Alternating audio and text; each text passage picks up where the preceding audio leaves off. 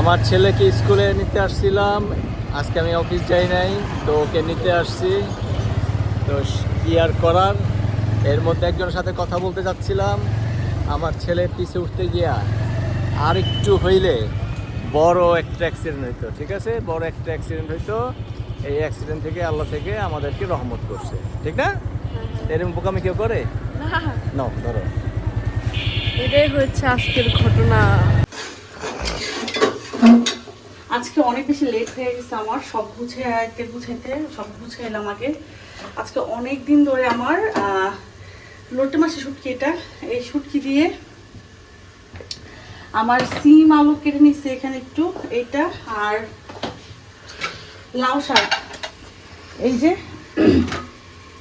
লাউ শাক দিয়ে একটু ঝোল রান্না করবো। আমার খুব খেতে ইচ্ছা করতেছে, আমি জানি না। আর এখানে হলো রুই মাছ আর ডাটা আলুতে আমি রান্না করবো। এখানে মশলা কষাই নিচ্ছি, আমার মশলাটা কষানো হয়ে গেছে।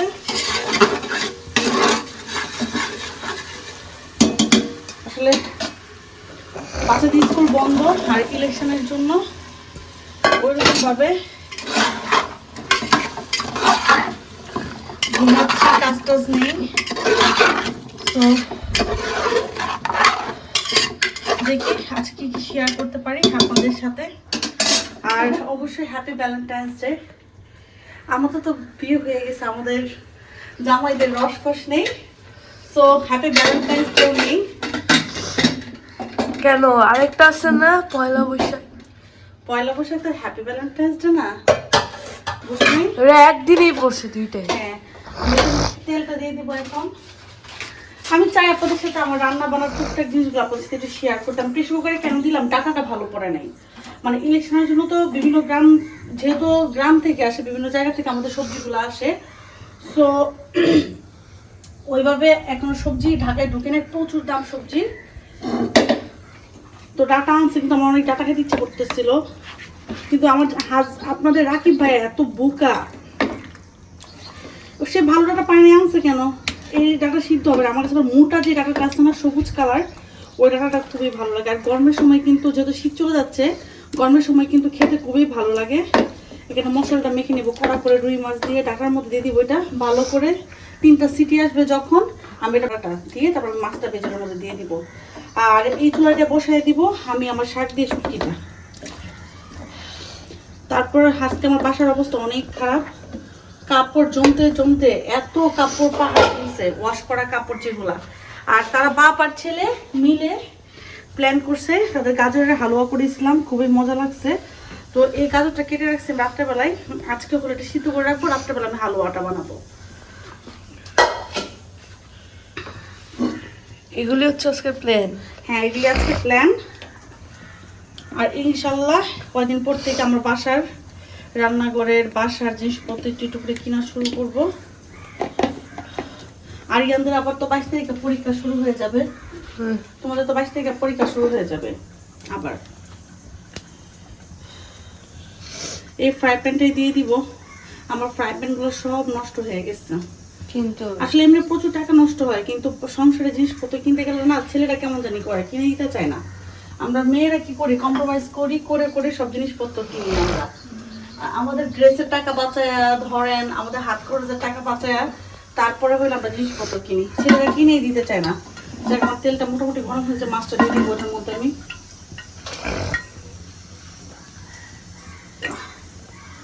তো গরম হয়ে গেছে মেবি। হ্যাঁ,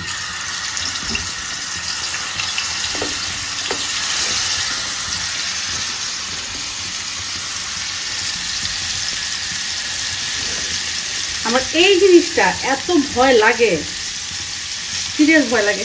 এখন হয়ে যায়, চলো। তো এখানে আমার শুটকির জন্য মশলাটা কষানো হয়ে গেছে। এক হাতে ক্যামেরা, আর হইলো এখানে আমি আদা রসুন ইউজ করি নাই। আমি এখান দিয়ে দিব শুটকিটা, আর রান্না করতেছি অনেকটা। এক হাতে ক্যামেরা নিয়ে এক হাতে রান্না করা, যারা করে তারাই বুঝবে এটার কষ্ট কি। আমি এটা ভালো করে এখানে কষায় নিব। আমি লবণ টবণ দিয়ে সুন্দর করে ক্লিন করে রাখছি এই শুটকিটা এখানে। আমি জানি না ঠিক মতো দেখা যাচ্ছে কিনা। তো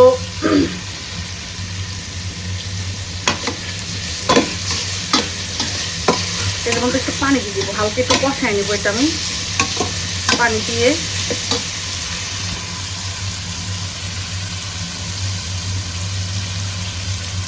অল্প একটু, বেশি পানি দেবো না, অল্প একটু পানি দেবো জাস্ট।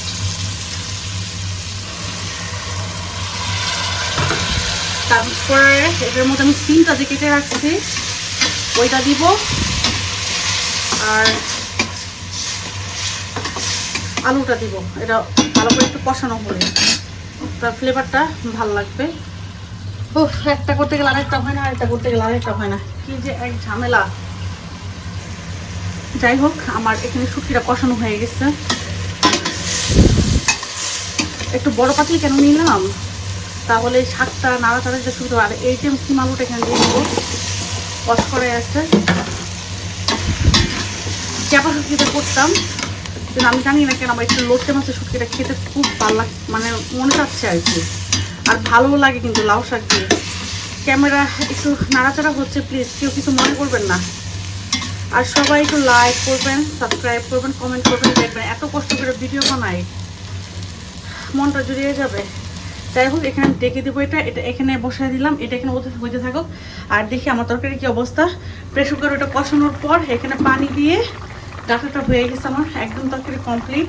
লবণ টবণ সব পারফেক্ট আছে, হাওয়া চেক করতে হবে না। এটা ডান। আমার তরকারি একটু ঝোল ঝোল রাখবো। আর রুই মাছটা একটু কড়া করে ভেজে নিচ্ছি, নাহলে আমার কাছে কেমন একটু গন্ধ গন্ধ লাগে। যাই হোক, শীতের জন্য একটা পারফেক্ট তরকারি, একদম পেটটা ভরে আজকে আমি ভাত খাবো অনেক দিন পর। এই যে আমার বাড়ি তো মাংস পোলাও ভালো লাগে না। ডান। এখানে বসাই দেবো আমি ভাতটা, পুরো কিচেন টিচেন পরিষ্কার করে আমি বের হয়ে যাবো, চলে যাবো বেডরুমে। তখন আমার বেডরুমে অনেক কাপড় আমি জমিয়ে রাখছি। তো ফাইনাল তরকারির লুকটা আপনাদেরকে আমি দেখাবো কেমন হয়। আরো কষানো হবে, ভালো করে কষানো হতে থাকুক। এটা হয়ে গেছে সুন্দর করে আমার কষানো। আমি এখানে শাকটা দিয়ে দিব, একদম ক্লিন করে ভালো করে শাকটা ওয়াশ করে রাখছি, খুব কতদিন পরে খাবো।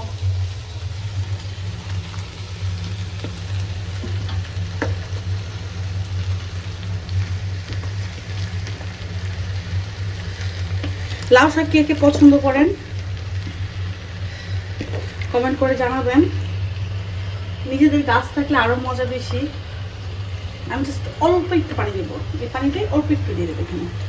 এই যে এটা দেখতে পছন্দ, আমি করবো এটা মাখা মাখা।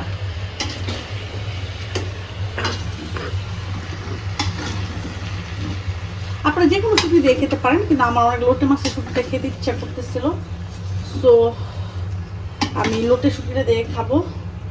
এইটা আমি মিক্সড করে দিব এখানে সুন্দর করে, যেন মশলাটা সুন্দর করে শাকের মধ্যে পায়। আরিয়ান আবার শাক খেতে পারে না। আরিয়ান কি খাবা? আমার ছেলে চলে আসছে আমার ক্যামেরা ধরার জন্য, আমাকে হেল্প করার জন্য। Thank you so much Aryan baby, thank you. এই যে শাক এখন আর একটু হোক, নরম হোক, তারপর একটু সুন্দর করে মিক্স করে দিব। এখন অন্য কাজগুলি সেরে ফেলবো একটা করে। আমি জালটা বাড়াই দিব। শাক কিন্তু একদম নরম, মানে আগুন দিয়ে নষ্ট হতে আসছে। ডাটাটাকে আমি মানে আলাদা করি না আর কি। তো এখন একটা করে সব কাজ করে ফেলবো। আমি ভাতটা বসিয়ে দিব। এই তরকারিটা ফাইনাল লুক আপনাদের সাথে শেয়ার করবো। সো ফাইনালি আমার তরকারি একদম কমপ্লিট হয়ে গেছে, একদম মাখা মাখা করে ফেলছি তরকারিটাকে আমি। রেডি। এখানে তরকারি শেষ। আর এই যে এখানে আমার ভাত হয়ে গেছে রাইস কুকারে, একদম কমপ্লিট ভাতটা ডান। আর আমি পুরো কিচেন পরিষ্কার করে ফেলছি, একদম সব সুন্দর করে গুছিয়ে ফেলছি। এখন জাস্ট আমি ওই রুমে চলে যাব। আর রাত পর্যন্ত এখানেই স্টপ রান্নাঘরের কাজ। এখানে আরিয়ান কি করছো বাবা? পড়তেছো? আরিয়ান হলে এখানে পড়াশোনা করতেছে। ও আমার টেবিল গুছাইতে হবে, পুরো রুম বাসা গুছাইতে হবে, কালকে কোনো কাজ করে নাই। এখানে হলো আমার যে ম্যাডাম আছে, সে হলো রুটি বানায় দিয়ে গেছে। এখানে বক্সে রেখে এগুলো ফ্রিজে রাখবো। রুটি আছে, তারপরে বানায় রাখছি আমি। হে আরিয়ান, আরিয়ান কতক্ষণ লাগবে আজকে? আরিয়ান গার্লফ্রেন্ড নাই আরিয়ানের, আরিয়ানের গার্লফ্রেন্ড আরিয়ান বের হইতে পারতেছে না। হ্যাঁ আরিয়ান, আবার কি স্যাড নিউজ বলো? এটাই সেটা হচ্ছে তোমার গার্লফ্রেন্ড থাকলে আজকে ভ্যালেন্টাইন্স ডে পালন করতে পারতা। হ্যাঁ, আজ তোমার গার্লফ্রেন্ড নাই, একটা একটা করে সব রুটি হেটার মধ্যে রাখবো। আর মেয়ে ফ্রেন্ড আছে এই না? তো কালকে জানাবা ভ্যালেন্টাইন্স ডে ফ্রেন্ডদেরকে। তোমার বাবা তোর আমাকে ভ্যালেন্টাইন্স ডে জানাইলো না? জানাবে। তোমার বাবা, দাঁড়াও, ও সরি, বাবার কোনো রসকস নাই বুঝছো? আরে রসকস না ভ্যালেন্টাইন্স ডে রসকস আছে, না কোনো ঈদ, আমার জন্মদিন। আজ পর্যন্ত সে আমার জন্মদিনে মনে হয় না কোনো গিফট আমাকে দিচ্ছে। কেক দিস তো, আর তোমার কেক রাখো, কেক কেক তো ক্লিজ দিছে, দেখেন কাজ করতেছে। এই দেখে ফুলে আর ওই কেকগুলো কাটে কে? তুমি কাটো সব। ঘরের রুটি, ঘরের গুড় রুটি। আমার হাতে প্রবলেম, তো রুটি বানাতে পারি না আমি। মানে আমি রুটি বানাতে পারি, বাট আমার হাতে সমস্যা, এই জায়গাটা প্রবলেম। সো আমরা 4 মাস টানা পাউরুটি খেয়েছি, খাইতে খেতে পাগল হয়ে গেছে একদম পাউরুটি। পাউরুটি সকাল পাউরুটি, রাতের বেলা পাউরুটি, পাউরুটি পাউরুটি। পাউরুটিও পানি আছে, আমরা খেয়ে নিই একটু। আমি আপনাদের সাথে আরেকটা জিনিস শেয়ার করব। এটা হলো দেখেন আমার বেডরুমের অবস্থাটা জাস্ট দেখেন।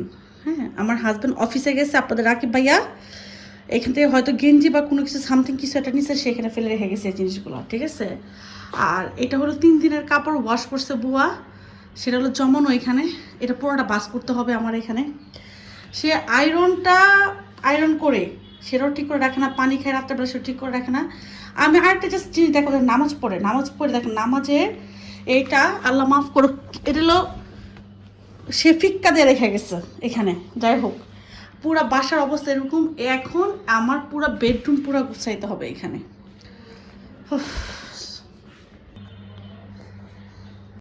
মানুষের হাজব্যান্ডরা মানুষকে নিয়ে, মানে ধরেন বেটা মানুষ অন্য মানুষের হাজব্যান্ডের কথা বলতেছে আর কি আমি, তারা তার ওয়াইফকে নিয়ে ঘুরতে গেছে, ফাল্গুন বানাইতে গেছে বাইরে, ভ্যালেন্টাইন্স ডে বানাইতে গেছে। আর আমার জামাই গেছে কাজে, বউর একটা ফোনও দেয় নাই যে বউর কি অবস্থা, বউ কি রান্না করছি, কি খাইছে বউ। এখন বউ রান্না বান্না শেষ করে কিচেন থেকে এসে শরীরে করতেছে ঘামের গন্ধ, এখন বাসা পরিষ্কার করবো, বৈশা আছে, চিন্তা করতেছি মানুষের রস কষ এত কম কিভাবে থাকতে, আমি আসলে বুঝি না। এই যে আপনারা বাইরে দেখেন, আপনার রাকিব ভাইকে নিয়ে যায় আমি, ঠিক আছে, জোর করে নিয়ে যায়। এই যে বাইরে খাবেই না সে, আমি জোর করে তাকে খাওয়াই, তা নাকি গ্যাসের প্রবলেম হইব। জীবন কি এভাবে চলে? আমরা বাঁচবো কতদিন বলেন তো? যাই হোক, আজকে আসুক, আজকে তো বাইরে না নিয়ে যায় আমাদেরকে।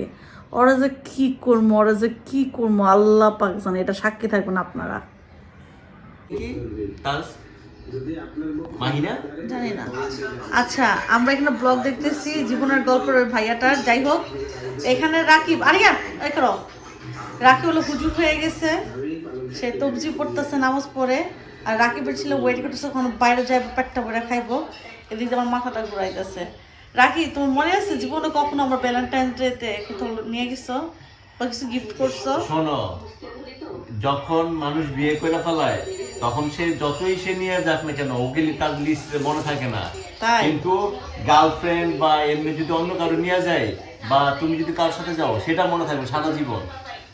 কিন্তু জামাই যতই করুক সেটা মনে থাকবে না, এটা পৃথিবীর নিয়ম। বিয়ের আগেও আমরা নিয়ে যাও না, বিয়ের পরে আমরা নিয়ে যাও না ভ্যালেন্টাইন্স ডে, সেগুলি মনে থাকে। এই কথা বলো না। বিয়ের আগেও তুমি আমাকে নিয়ে যাও না।